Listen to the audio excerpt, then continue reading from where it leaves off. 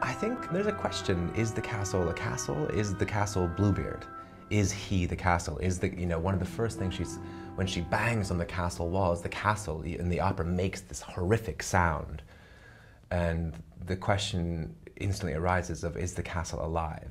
Is the castle just a metaphor for his body? Is this just her opening up a man's psychology, door after door? Is this the story of a woman who has to know her lover, husband's every secret?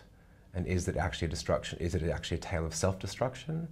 Or is the castle a physical object? So when we arrive in this room of 7 doors, are there actually 7 doors? Or is it all a metaphor? I've heard about a production this summer somewhere in German, and it was just a nurse with a man in a wheelchair. And I've heard about many productions where it's just staged in a council flat bedroom and there's no doors and she looks in his eyes and it's all that.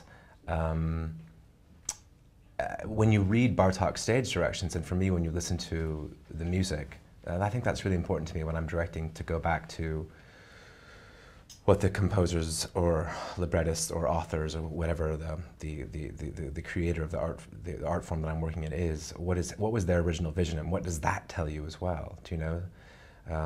As I like to write and devise myself, these things, it's not just the notes that he composes, he has a vision as well, and what's he trying to say about the piece? And he really does write 7 doors in the piece. There seem to be 7 barriers. Are they 7 gates? Is it a metaphor for going, is it, Dante's Inferno? Is it a metaphor for going into hell, for going into the afterlife?